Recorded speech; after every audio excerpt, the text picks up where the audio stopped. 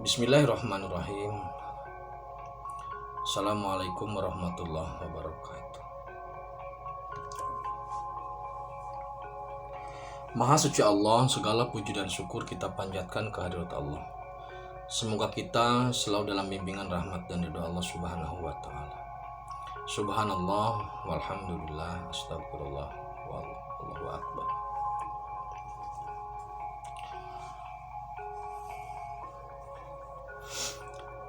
Kembali saya dari tim Rajali Nusantara. Kali ini akan membahas terkait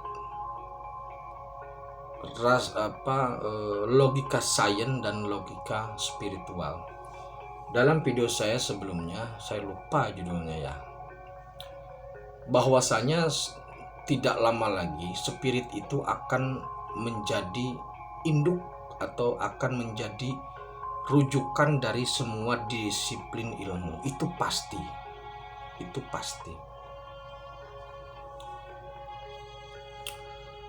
Dalam beberapa video sebelumnya sudah saya tegaskan bahwasanya logika sains yang dibangun dari struktur pemikiran otak yang berbasis rasional itu diibaratkan seperti bola pingpong atau bola bekel atau bahkan kelereng. Sedangkan logika spiritual itu digambarkan seperti bola basket lah. Sehingga tidak mungkin bola basket dapat masuk ke dalam bola bekel atau bola pingpong. Sedangkan bola pingpong itu bisa masuk ke dalam bola basket. Logika spiritual sulit untuk dimasukkan ke dalam rasional atau logika sains, sedangkan logika sains atau rasional berbasis otak itu bisa ditarik ke dalam logika spirit. Pasti.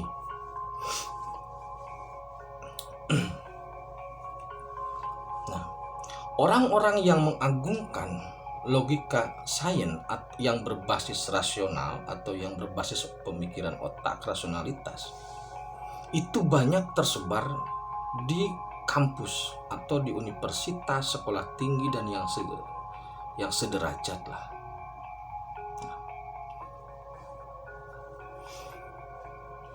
Dalam keilmuan humaniora, ketika dilakukan penelitian dan sebagainya, itu biasanya ada margin 5%, margin kesalahan 5%.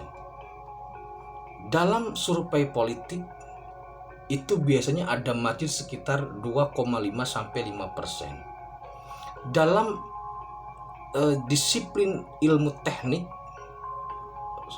seperti halnya ya ilmu teknik lah, yang permesinan seperti itu biasanya ada margin sekitar 0,5. Artinya apa?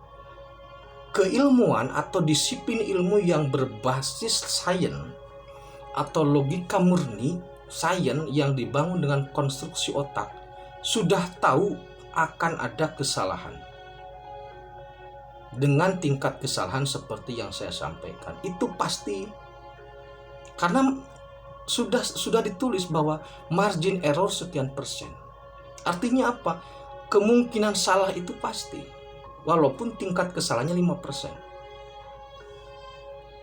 Jadi kemudian pertanyaannya, apa gunanya menjunjung tinggi suatu disiplin ilmu yang salahnya sudah jelas? Jadi sejak awal sudah jelas salahnya. Untuk apa dipelajari?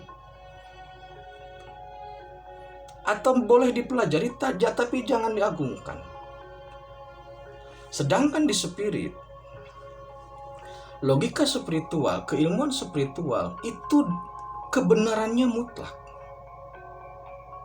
Itu kebenarannya mutlak. Tidak ada istilah margin error, tidak ada istilah tidak ada celah kesalahan, tidak ada. Di spirit tidak ada. Hitam putih sudah.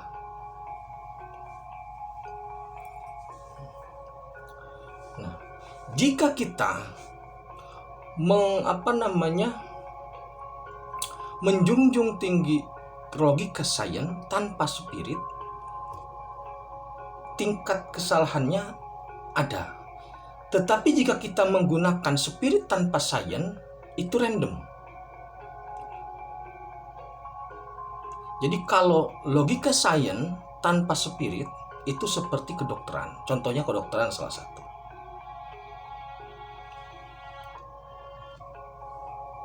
Logika spirit tanpa sains contohnya dukun. Seorang dokter ketika pasiennya tidur, apalagi mati, dia tidak akan bisa menjelaskan kemana itu orang. Mentok di situ.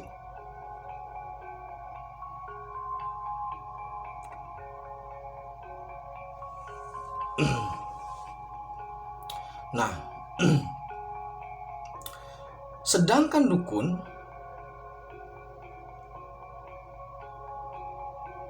ketika melakukan pengobatan,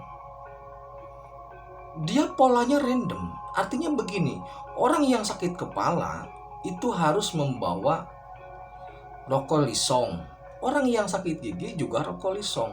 Orang yang sakit demam juga bawa rokok lisong. Orang yang ingin pinter bawa bunga kantil. Orang yang ingin pinter, orang yang sedang kesurupan bawa bunga kantil. Jadi tidak bisa terukur. Yang sembuh ya sembuh, yang enggak ya enggak, karena parameternya tidak jelas. Jadi spirit tanpa sains seperti dukun, sains tanpa spirit seperti dokter. Dua-duanya ini tidak sempurna.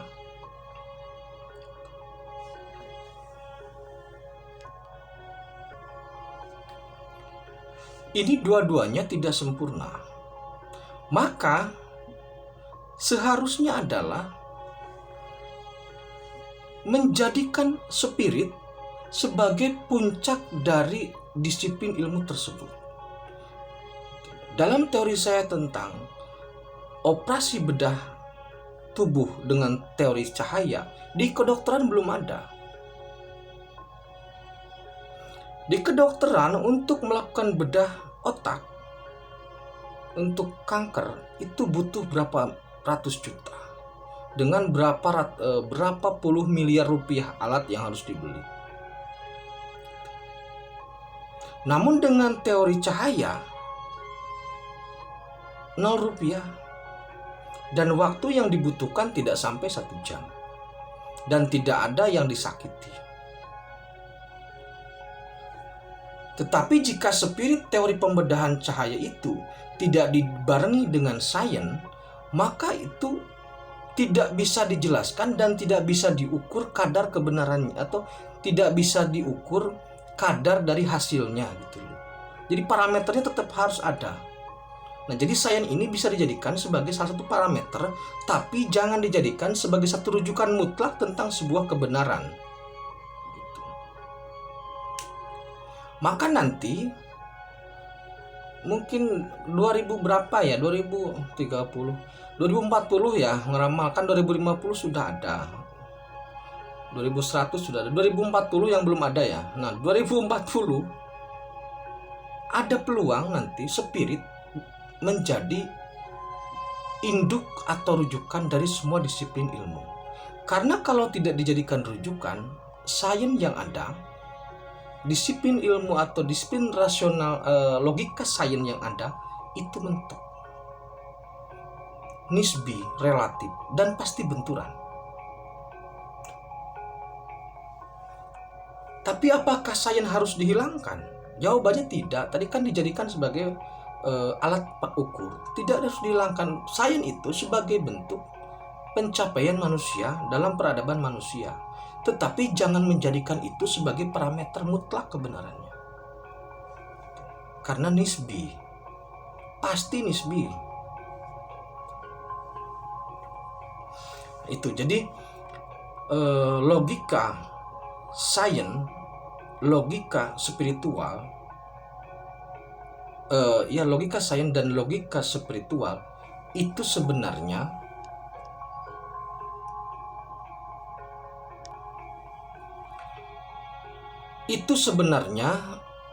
bisa disinergikan. Tetapi masalahnya seluruh disiplin ilmu saat ini kecuali spirit ya, maksudnya di luar spirit, seluruh disiplin ilmu itu masih dalam ego masing-masing. Ada yang menjadikan geografi sebagai induk ilmu, ada yang menjadikan eksak atau ya eksak sebagai induknya ilmu, ada yang menjadikan agama sebagai induknya ilmu dan sebagainya. Harusnya nanti pada saatnya nanti saya ramal 2040 ya, itu spirit yang menjadi rujukan atau yang menjadi induknya ilmu, sehingga nanti sains itu akan menjadi bagian keilmuan dari spirit.